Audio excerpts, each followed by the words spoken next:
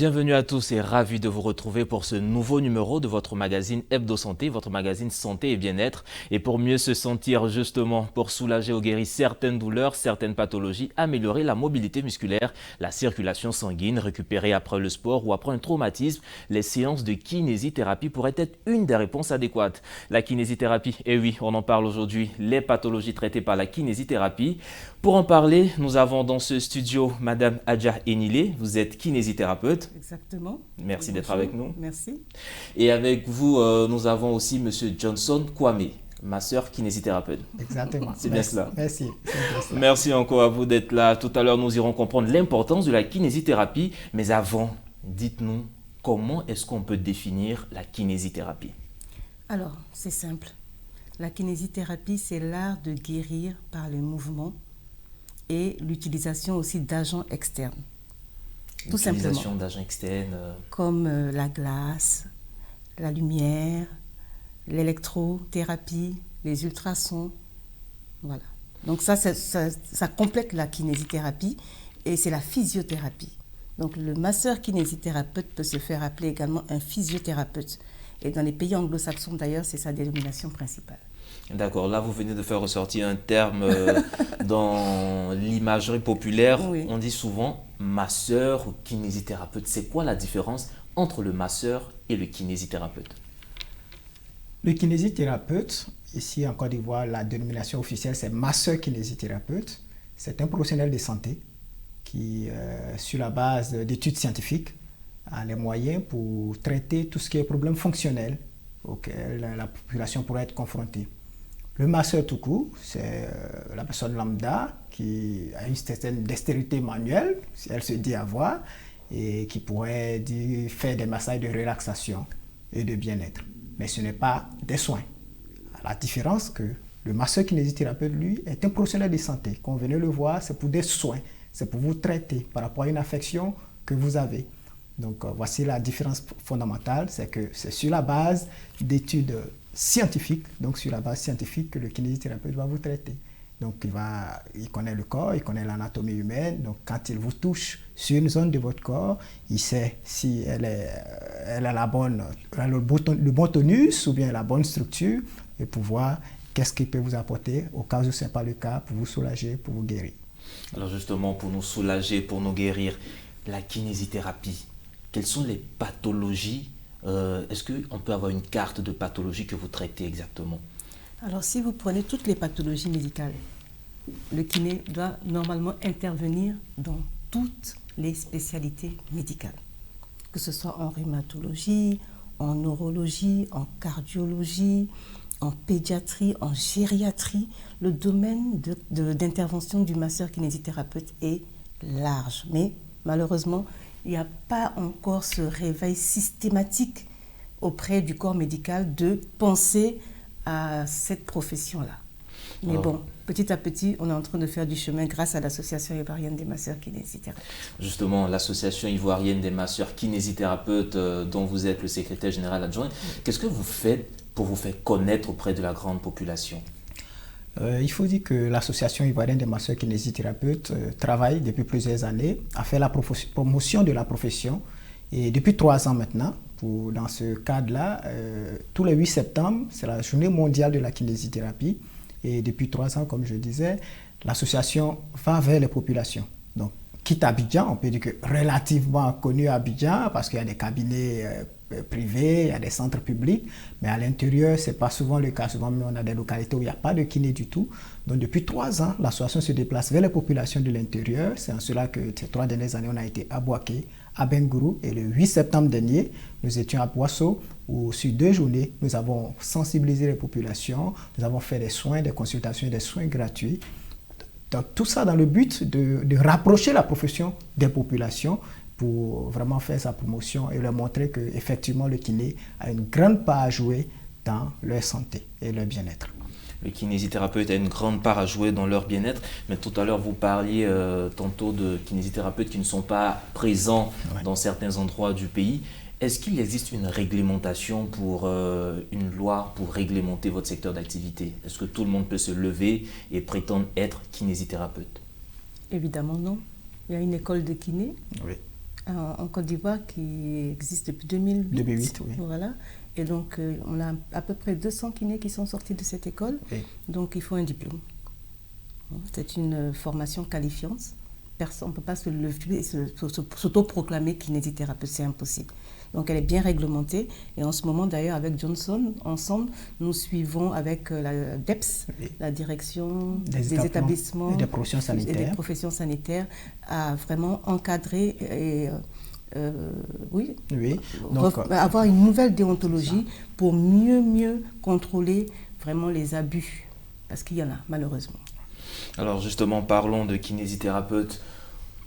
J'ai un besoin. Oui. Est-ce que c'est le patient qui se lève, je contacte directement un kinésithérapeute, je recherche sur Internet ou dans un carnet d'adresses, j'appelle directement le kinésithérapeute, ou bien le patient, il passe d'abord chez le médecin généraliste, le médecin traitant, et c'est à la suite d'un diagnostic, d'une consultation qu'il est redirigé vers un kinésithérapeute. Comment est-ce que ça se passe ?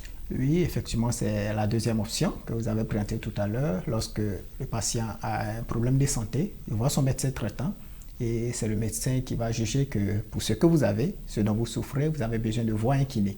Et c'est en cela que sous prescription, donc le médecin va écrire ce que vous avez. Donc c'est sur la base de cette prescription que le kiné va vous prendre en charge. Donc un exemple, le médecin peut diagnostiquer une lombalgie dû à une arthrose, par exemple au niveau lombaire. Donc c'est ce document que le kiné va recevoir. Et sur cette base, lui maintenant avec ses moyens, va vous faire aussi, lui, sa consultation. C'est vrai, votre douleur par exemple est due à une arthrose, mais il va chercher quels sont les impacts de cette arthrose, de cette douleur, et c'est cela qui va vous faire une prise en charge vraiment globale, de sorte à vous redonner toute la fonction, votre mouvement, sans souci. Donc le kiné travaille sous prescription. En tout cas, dans notre pays, sinon qu'il y a l'accès, il y a ce qu'on appelle l'accès direct au kiné, justement. Surtout la plupart des pays anglo-saxons, parce que là-bas, c'est des études vraiment de 6 ans d'études, c'est des doctorats, donc la population étant aussi plus éduquée, donc étant au fait des domaines de la kiné, peut contacter directement un kinésithérapeute. Donc c'est que chez nous, avec l'analphabétisme et avec aussi le fait que les études se font à un certain niveau, quand même pas au niveau du master, du doctorat. Donc, pour le moment, nous travaillons sous prescription.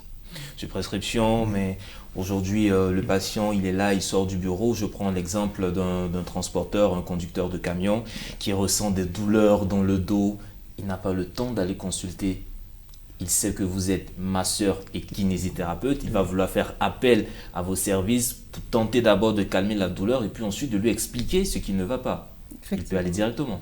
Oui, et ça arrive que des personnes nous contactent directement parce qu'elles ont déjà eu affaire à la kinésithérapie, elles connaissent les bienfaits de la kinésithérapie. Alors, dans ces cas-là, moi, personnellement, je ne les refuse pas pour la première séance. Pourquoi ? Parce que la première séance a une visée antalgique. On va d'abord chercher à calmer la douleur. Donc, ce sera une prise en charge sans risque et très douce.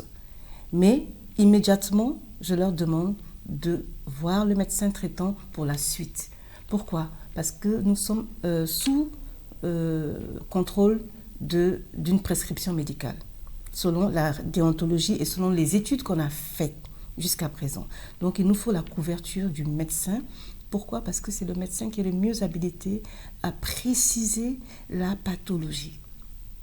Maintenant, nous pouvons faire des tests derrière en confirmant ce que le médecin a trouvé et même trouver d'autres signes. Et dans ce cas, on échange avec le médecin et peut-être qu'on fera des examens plus approfondis. Voilà, c'est une vraie collaboration. Mais prendre en charge un patient lambda sur 10 séances sans prescription médicale, non, c'est pas possible. Et justement, en moyenne, combien peut coûter une séance de kinésithérapie en moyenne ? En moyenne, là, je vais parler en tant que kinésithérapeute exerçant au public. Donc, on sait que dans nos hôpitaux publics, en général, il y a la prise en charge gouvernementale et tout ça. Donc, je sais que les coûts sont entre 3 000 et 5 000 francs. Donc, ça, c'est à l'hôpital public. Donc, Madame Megnilé, qui exerce au privé, peut-être donner une moyenne. Dans le privé, c'est entre 10 et 30 000. Mais ça dépend. Il y a des cabinets qui font beaucoup plus. Tout dépend de la localisation, du type de patients qu'ils reçoivent. etc. Personnellement, moi, dans mon cabinet, les prix varient entre 10 et 20 000. Voilà. Mais on s'adapte. On s'adapte parce que moi, j'ai toutes les assurances de la place. Donc, je n'ai pas vraiment de soucis. J'ai négocié les tarifs avec eux. Tout se passe bien.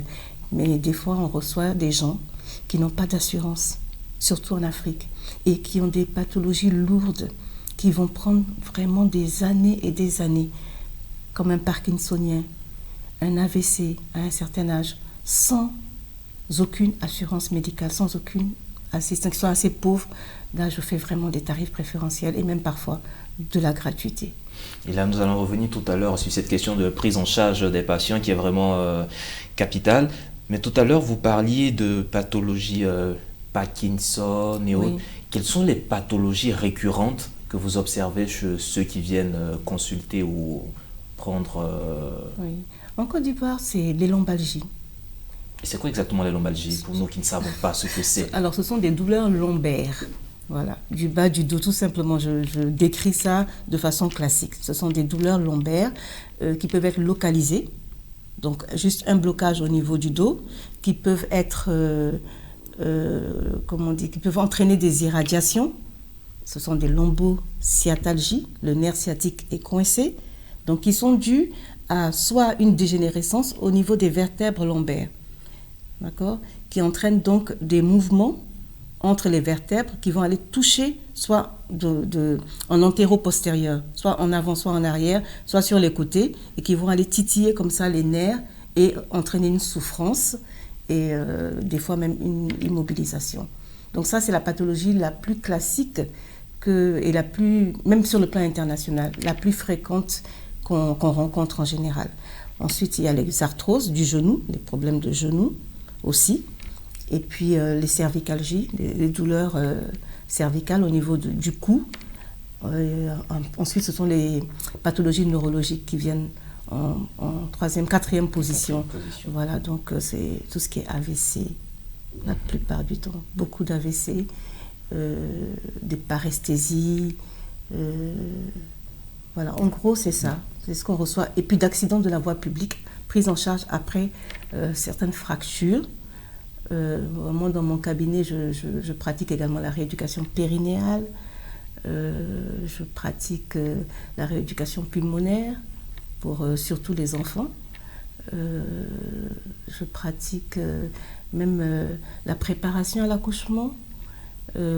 Voilà, donc le domaine est assez large. Et puis même la réadaptation des enfants qui ont un retard de marche, les enfants qui ont une insuffisance, enfin, on les appelle les IMC, une insuffisance motrice qui sont quand même, voilà.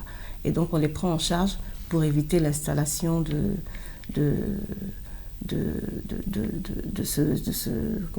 ce problème-là, en fait, qu'ils ont eu à la naissance, dû souvent à un manque d'oxygène à la naissance qui les rend paralysés. Voilà. Donc, ça, c'est dans votre cabinet. Monsieur Johnson, oui. Au niveau du public, comme vous le dites, quelles sont les pathologies que vous recevez généralement? Je crois que ce n'est pas différent vraiment de ce que Madame Nguidé, s'il vous plaît, a décrit tout à l'heure. Effectivement, les problèmes rachidiens, donc on dit rachidien, tout ce qui concerne la colonne vertébrale, le dos, donc ça c'est depuis au niveau du cou jusqu'au bas du dos, tout ce qui est problème donc des rachialgies, c'est ce que nous rencontrons en plus grand nombre. Et secondement, ce sont les problèmes neurologiques, donc comme elle a dit, les AVC et toutes autres maladies neurologiques, surtout chez les enfants également. Mais les accidents de la voie publique, c'est-à-dire les traumatismes, les rééducations après traumatisme. Donc quelqu'un fait une fracture, et après, il faut que la personne, par exemple, si c'est au niveau du membre inférieur, il faut que la personne puisse poser encore le pied au sol, il faut qu'elle marche, il faut qu'elle reprenne ses activités. Donc effectivement, quand on regarde, c'est le problème rachidien, le problème neurologique et les cas de traumatisme qui font partie des affections les plus courantes ici chez nous. Aujourd'hui, on peut ajouter une autre qui est la pandémie à Covid-19. Oui. Donc du coup, le kiné a un rôle à jouer, même pendant l'infection. Et après, parce que pendant l'infection, si la personne a des soucis d'encombrement, il faut l'aider. Elle a parlé tout à l'heure de rééducation pulmonaire. Donc, quelqu'un qui a pour des soucis ne peut plus tousser pour évacuer tout ce qui est sécrétion dans les voies respiratoires. Le kiné a des manœuvres pour l'aider, que ce soit pour un enfant ou pour une grande personne. Mais après cela, même quand on dit que la personne est déclarée guérie de l'infection à Covid-19, il faut aussi faire de la réadaptation. Donc, le travail, le retour à l'effort. Donc, également, le kiné intervient dans ce domaine. Donc, avec la nouvelle pandémie, on peut peut-être ajouter ça également. Et oui, donc là, j'aimerais préciser parce que tous nos téléspectateurs nous suivent, on sait actuellement ce que représente la pandémie. Quel conseil le kinésithérapeute peut recommander à nos téléspectateurs, à tout un chacun, des gestes simples à faire, à retenir pour tenir, pour lutter contre la pandémie? Ok. La première des choses, ce sont les gestes barrières que nous connaissons tous. Donc, tout le monde doit observer cela parce que avec la pandémie, je crois que la prévention, ça a toujours été vrai dans toutes les pandémies, dans toutes les pathologies, mais encore plus dans cette pandémie-là, la prévention vaut mieux que le traitement ou la guérison. Donc, suivre les gestes barrières, mais au-delà, quand la personne a été infectée, il faut se dire qu'après, on peut en guérir et donc le kiné a un rôle. Donc, vous pouvez en discuter avec votre médecin traitant qui peut vous recommander parce qu'il y aura beaucoup de fatigue après même quand on est déclaré guéri. Donc, tout ça, c'est le kiné qui va vous aider à pouvoir retrouver votre capacité à faire des mouvements. Donc, vous reconditionner à l'effort, c'est le thème exact qu'on dit. Et donc, c'est les gestes barrières, il n'y a pas autre chose, un miracle à faire, mais c'est son. On s'attendait à un petit secret de la part des kinés, un petit mouvement peut-être du Oui, moi je vais en parler effectivement parce que je pense que c'est le moment de même inclure ces techniques de respiration comme pour anticiper en cas d'atteinte respiratoire due au Covid ou non. Toute la population ivoirienne doit savoir respirer aujourd'hui. Et savoir respirer n'est pas donné à tout le monde. Il y a un type de respiration qu'on appelle la respiration de Dieu, qui est une respiration hyper efficace et qui permet de recruter efficacement toutes les alvéoles pulmonaires et d'oxygéner le corps de façon très, très efficace. On sait que l'air, c'est le meilleur antioxydant. Le fait de ne pas savoir respirer, c'est un gros, gros problème. Même une personne âgée qui a un accident et qui est dans le coma, le fait qu'elle n'ait pas intégré cette respiration efficace fait qu'elle peut perdre plus vite que quelqu'un qui est éduqué dans ce sens. Et la respiration, elle est tellement simple. D'accord ? Il suffit simplement d'inspirer par le nez. D'accord ? Et de gonfler le ventre en inspirant. Donc, de ce fait, vous allez prendre une inspiration profonde jusqu'à, quand vous gonflez le ventre, la cage thoracique, elle s'ouvre et toutes les alvéoles pulmonaires sont recrutées. Ensuite, vous soufflez et quand vous soufflez, vous rentrez le ventre et de cette façon, vous évacuez tout le gaz carbonique. Et les effets sont bénéfiques à 1000%. Pourquoi ? Non seulement vous allez être bien oxygéné, donc vos organes seront en meilleure santé. Deuxièmement, ça travaille le transit. Troisièmement, ça tonifie les muscles de l'abdomen et du dos. Quatrièmement, ça a un effet de drainage lymphatique pour détoxifier le corps. Et enfin, c'est relaxant. Merci pour cette petite astuce. Vous le savez maintenant, chers téléspectateurs, ce que vous devez faire. Vous avez appris cette petite technique de respiration pour lutter contre la Covid ou bien d'autres pathologies, en tout cas pour vous mettre en bon état de santé. Alors parlons de kinésithérapie. Quelles sont les différentes formes de kinésithérapie qui peuvent exister ? Tout à l'heure, j'entendais parler de glace ou je sais pas. Quelles sont les différentes formes de kinésithérapie ?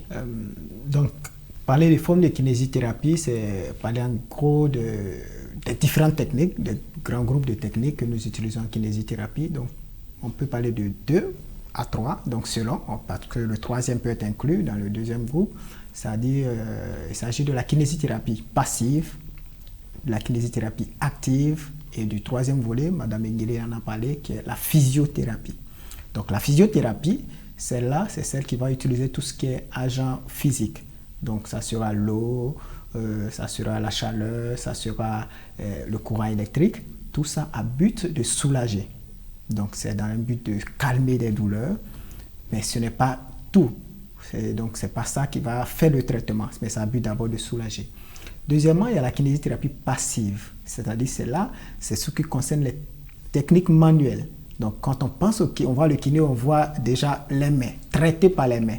Donc, nous, on dit que nous sommes des mécaniciens du corps humain, donc nous traitons avec nos mains. Donc, voilà pourquoi le massage est ce qui revient dans l'imaginaire populaire. Donc, effectivement, le massage, les techniques de massage, tout ce qui est technique manuelle rentre dans ce qu'on appelle la kinésithérapie passive. Et il y a la kinésithérapie active, là où on va solliciter la force musculaire, donc un effort du patient, afin de pouvoir restaurer une fonction qui a été altérée. Donc voici les 3 grandes formes. La physiothérapie étant aussi passive et n'ayant pas de participation du patient, on pourrait l'inclure aussi dans les techniques passives. Donc voilà un peu. Il y a aussi la physiothérapie active, hein, où on travaille en même temps que... Oui, les techniques fonctionnelles. Oui, ça, c'est dans le cadre de rééducation. Exactement. Oui. D'accord. Et là, tantôt, je voudrais parler plus des enfants. La kinésithérapie au niveau des enfants. Déjà, quand on voit certains enfants avec quelques petits retards au niveau motricité fonctionnelle, comment vous arrivez à travailler avec ces enfants-là? Vraiment de bas âge, qui n'ont pas encore conscience de grandes choses, comment vous arrivez à les... C'est une approche médicale. Simplement, quand le parent vient avec cet enfant-là, nous le présente.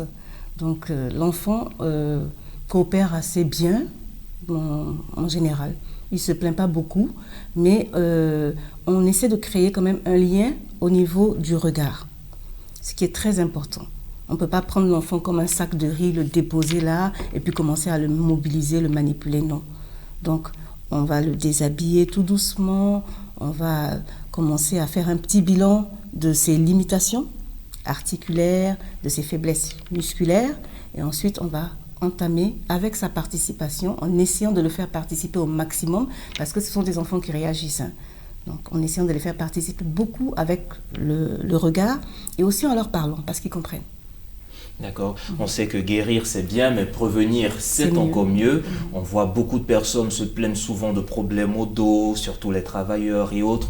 Quelles sont des petites approches que les kinésithérapeutes que vous êtes, vous pouvez donner comme conseil aux populations pour que ceux qui nous regardent comprennent que si j'ai mal au dos, c'est peut-être à cause de ma position, à cause de mon stress. Quels sont les conseils que vous pouvez donner à nous? Oui, effectivement. Et donc, dans le métier des kinésithérapeutes, il y a ce grand volet-là qui est la prévention. Donc, le kinésithérapeute est un acteur de santé publique.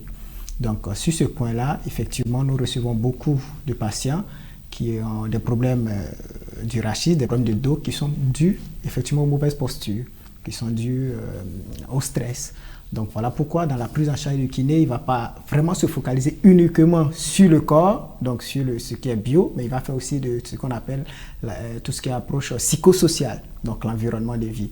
Donc en cela, pour quelqu'un qui est amené à travailler et à s'asseoir, ou s'asseoir beaucoup, donc on va demander à cette personne de faire des pauses, de se donner des pauses, c'est pas des pauses de plusieurs minutes, mais même 5 à 10 minutes maximum pour se faire un peu des étirements. Donc, essayer, là où on sent des tensions, d'essayer de soulager un peu, se pencher un peu en arrière, en avant. Donc, corriger également aussi la manière de s'asseoir. Donc, si on est dans une position où on est toujours un peu cambré pour coucher comme ça sur les tables, il faut chercher toujours à s'asseoir bien au fond des chaises, tenir le rachis, le dos, donc la colonne vertébrale bien droite, mais au-delà, pour tout ce qui est problème au niveau cervical, donc on peut, lorsqu'on sent des tensions, pendant ces pauses, essayer de s'étirer un peu sur les côtés, en avant, en arrière, donc des choses simples que nous faisons souvent qui nous soulagent, mais auxquelles on n'y pense pas. Donc, voici des choses que vous pouvez faire au quotidien et ça peut vraiment vous aider. Mais en cela, voilà pourquoi il est important de voir le kiné, parce que dans la prise en charge, quel que soit ce que vous avez, l'objectif du kiné sera de vous redonner cette autonomie-là, de sorte qu'à la fin d'une prise en charge, vous puissiez savoir, ah, voici mon problème est dû à mon souci est un problème de posture, donc quand je m'assois, il faut que je m'asseye bien, voici ce que je peux faire à la fin de la journée pour que je sois bien relaxé, soit détendu. Donc voilà un peu tout ce qu'on fait.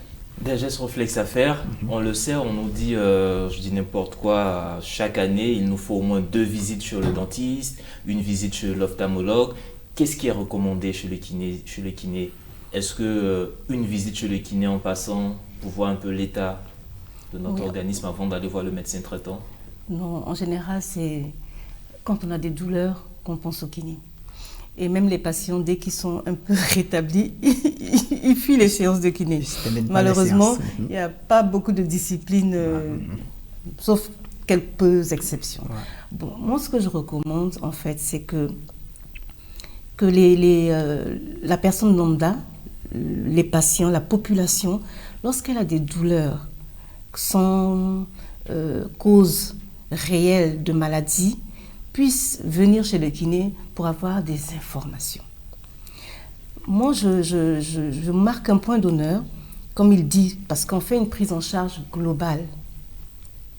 Quand le patient vient en disant « j'ai mal au dos », on essaie de comprendre qu'est-ce qu'il fait dans la vie, où est-ce qu'il travaille, dans quelles conditions, pourquoi le mal de dos s'est déclenché.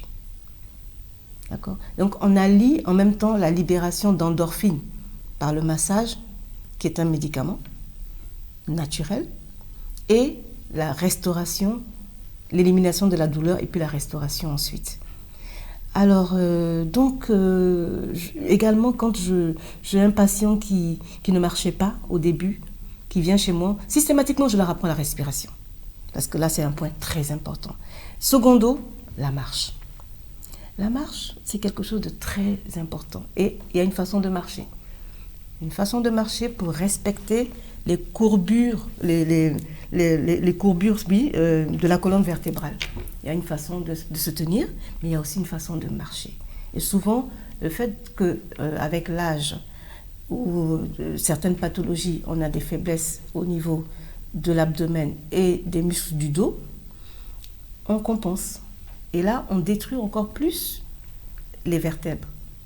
Et on rentre dans un cercle vicieux qu'il faut absolument annuler avec cet apprentissage-là. Et j'insiste pour que les personnes qui viennent chez moi, quand elles ont appris la respiration, quand elles ont réappris à marcher, mais qu'elles le partagent avec tous les membres de leur famille, parce que c'est la clé. Vous savez, quelqu'un qui a fait un AVC, qui ne marche pas, qui est obligé de faucher le pied, il le prend sur le côté, paf, pour pouvoir se déplacer. Vous savez pourquoi ? Parce que ses orteils ne se lève plus, tout simplement. Alors, si j'explique à quelqu'un, une personne âgée, qu'il est important qu'elle n'oublie jamais de soulever ses orteils en marchant, est-ce que vous pensez que le jour où elle sera malade et qu'elle va récupérer, elle ne va pas récupérer plus vite que celui qui sait que les orteils ont cette importance-là, on les appelle les releveurs? Voilà.